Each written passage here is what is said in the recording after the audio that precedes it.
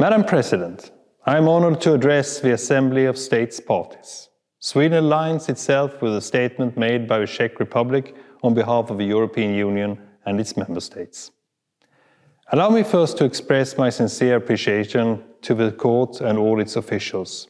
Your work continues to make significant contributions to ensure accountability for perpetrators of the most serious crimes and justice for victims. I would in particular like to thank the Registrar, Mr. Peter Lewis, as he reaches the end of his 5-year term at the ICC. We commend his relentless work for the effective functioning of the Court, his tireless efforts towards gender equality and a better working environment at the Court. Civil society organizations were instrumental in the creation of the Court almost 25 years ago, and they continue to be crucial for the Court and its states parties.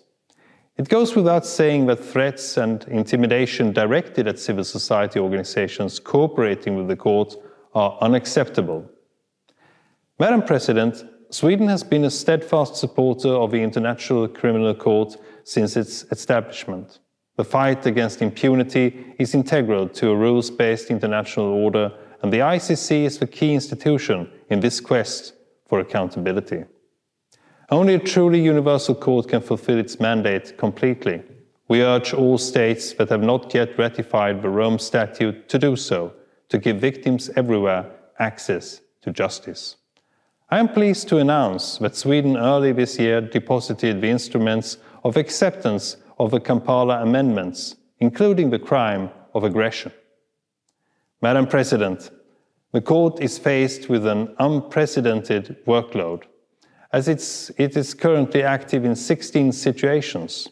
In early March, Sweden was one of the 39 state parties that referred the situation in Ukraine to the prosecutor, who promptly proceeded to open an investigation that encompasses any past and present allegations of war crimes, crimes against humanity, and genocide committed from the 21st of November 2013 onwards. During the year, a number of state parties, including Sweden, have also provided the Office of the Prosecutor with voluntary financial contributions and seconded personnel.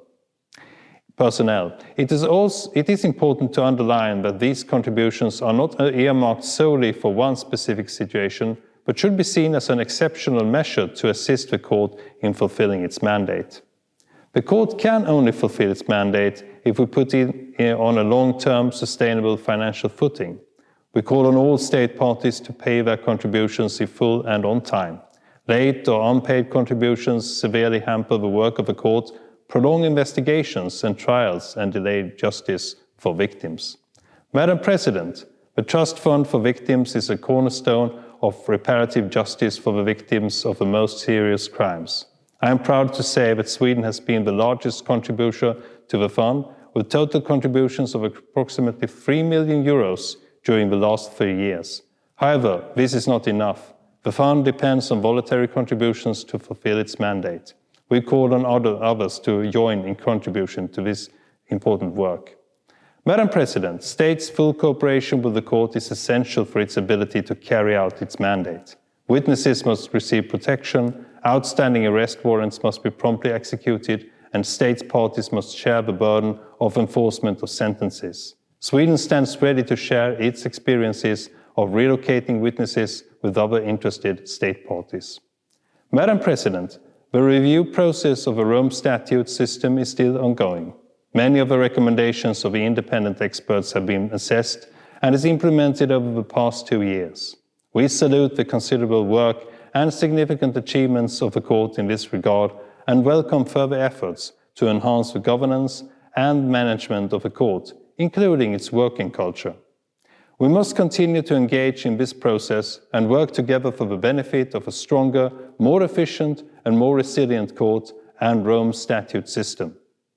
Madam President, the ICC was established to prevent and investigate the most serious crimes, regardless of who commits them.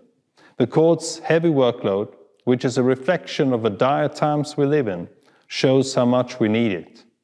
We look forward to working constructively with all state parties, officials of the Court, and members of civil society to achieve a successful outcome of this Assembly, under your able leadership, Madam President. I thank you.